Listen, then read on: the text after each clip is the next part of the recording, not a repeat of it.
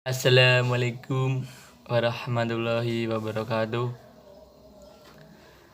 Innal hamdalillah nahmaduhu wa nasta'inuhu wa nastaghfiruh wa na'udzu billahi min syururi anfusina wa sayyiati a'malina. Man yahdihillahu fala mudhillalah wa man yudhillahu fala hadiyalah. Asyhadu anna ilaha illallah wa asyhadu anna Muhammadar Rasulullah. Hadirin jamaah Jumat rahimakumullah. Pertama-tama marilah kita panjatkan puja dan puji syukur atas kehadirat Allah Subhanahu wa taala pada kesempatan sholat Jumat pada siang hari ini.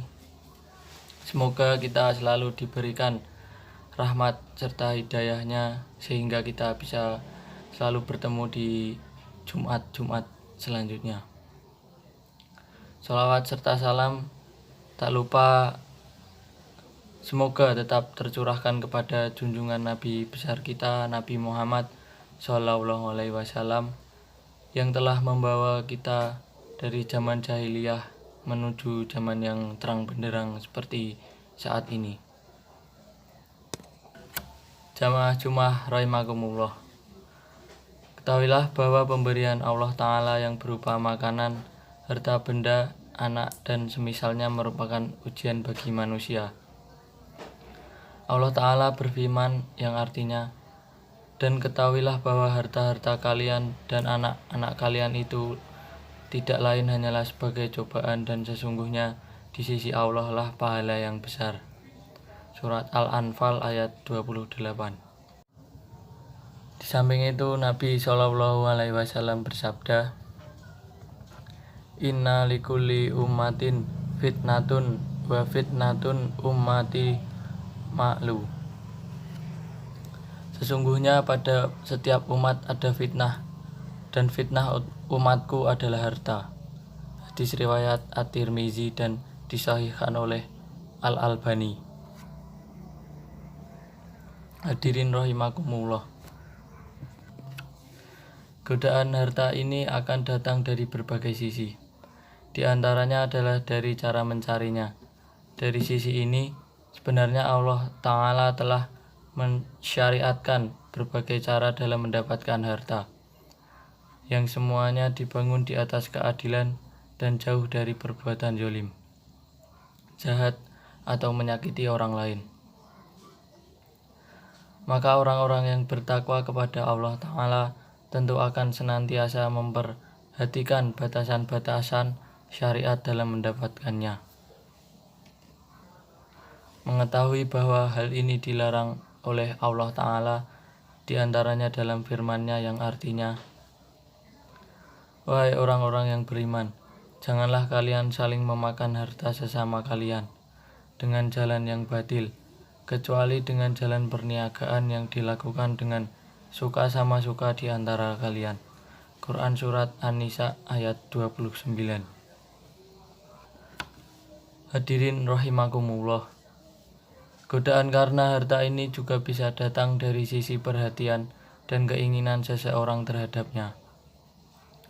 Sehingga sebagian orang ada yang keinginannya terhadap harta membuat dirinya berambisi terhadapnya. Hal ini membuat kesibukannya hanyalah untuk mencari dunia. Dari saat memulai aktivitasnya setelah bangun tidur sampai dia kembali ke rumahnya untuk beristirahat. Yang dipikirkannya hanyalah dunia. Di saat duduk, berdiri, maupun berjalan, yang di hatinya hanyalah mencari dunia.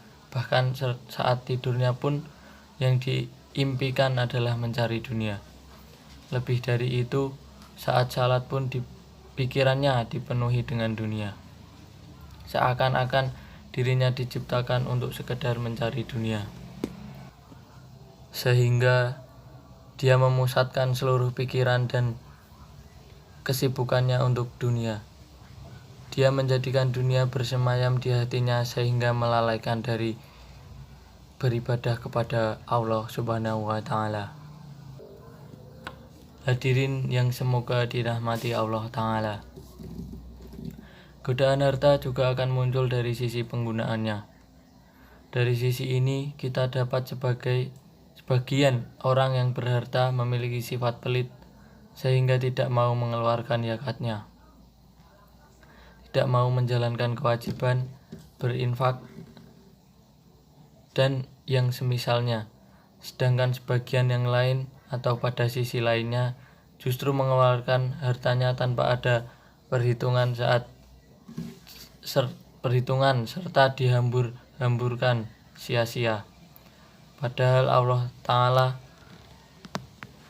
menyebutkannya pada firman yang artinya, dan berikanlah kepada keluarga-keluarga yang dekat haknya mereka, begitu pula kepada orang miskin dan orang yang dalam perjalanan.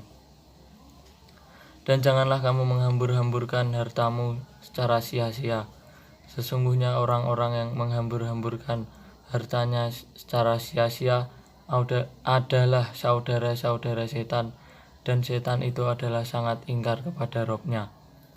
Quran Surat Al-Isra ayat 26-27.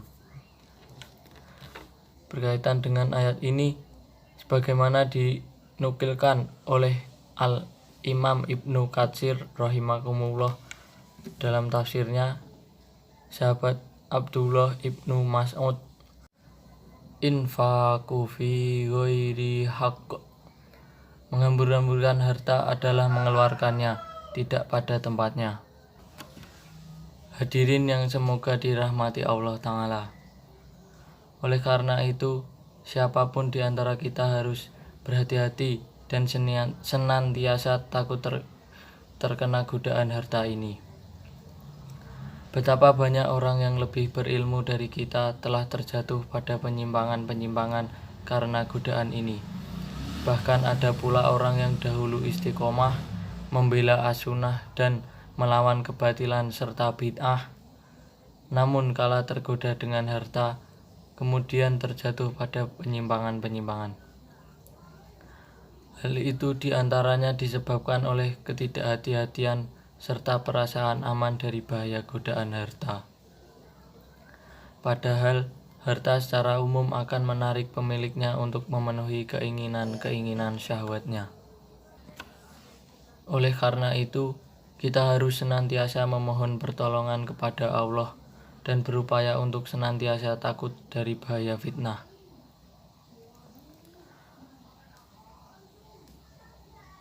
Sikap hati-hati dan rasa takut ini insya Allah akan menjadi sebab yang mendorong seseorang untuk berusaha mencari jalan keluar dari fitnah yang ada di hadapannya. Dengan sebab itu, dia pun akan senantiasa mengharapkan datangnya pertolongan Allah Ta'ala. Adapun orang-orang yang lalai dari mengingat Allah Ta'ala serta merasa aman dari ancaman dan bahaya godaan, sangat besar kemungkinannya untuk terjatuh dan terbawa oleh godaan sehingga semakin jauh dari petunjuk Allah Ta'ala. Alhamdulillahilladzi arsala rasulahu bil huda wa dinil haqqi yudhhirahu alal ladina kullihi walau karihal musyrikuna. Asyhadu alla ilaha illallah wa asyhadu anna muhammadan abduhu wa rasuluh. Sholli ala Muhammad wa ala alihi wa ashabihi ajmain. Amma ba'd. Hadirin rahimakumullah, pada khutbah kedua ini, maka seseorang yang ingin selamat dari godaan, dia harus berpegang teguh dengan Al-Quran dan As-Sunnah, yaitu hendaknya dia senantiasa bersemangat dalam membaca dan mempelajarinya serta mengamalkannya apa saja yang terkandung di dalamnya. Dengan kembali dan berpegang teguh kepada keduanya, seseorang akan mengetahui bagaimana dia harus mencari harta dan bagaimana pula dia cara menginfakkannya. Dengan kembali kepada keduanya, seorang akan tahu apa akibat dari pelanggaran terhadap batas-batas syariat Allah Ta'ala, dan apa keutamaan orang yang senantiasa memperhatikan syariat dalam mendapatkan maupun menginfakkan hartanya. Mudah-mudahan Allah Ta'ala senantiasa memberikan pertolongannya dan memudahkan kita untuk senantiasa berada di atas syariat nyama asyirul muslimin rahimakumullah. Marilah kita berdoa kepada Allah Subhanahu wa Ta'ala. Semoga Allah mengabulkan doa-doa kita. Amin.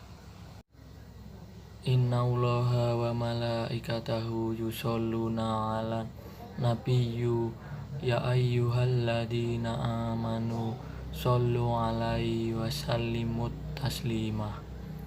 Allahumma sholli 'ala Muhammad wa 'ala ali Muhammad kama sholaita 'ala Ibrahim wa 'ala ali Ibrahim wa barik 'ala Muhammad wa 'ala ali Muhammad kama barakta 'ala Ibrahim wa 'ala ali Ibrahim innaka Hamidum Majid. Rabbana hab lana min azwajina wa dzurriyyatina qurrata a'yun waj'alna lil muttaqina imama. Rabbana dzalamna anfusana wa in lam taghfir lana wa tarhamna lanakunanna minal khasirin. Rabbana atina fid dunya hasanah wa fil akhirati hasanah wa qina adzabannar. Wa sallallahu ala nabiyyina Muhammad wa ala alihi wa sahbihi wa sallama walhamdulillahi rabbil alamin. Wala dzikrullahi akbar.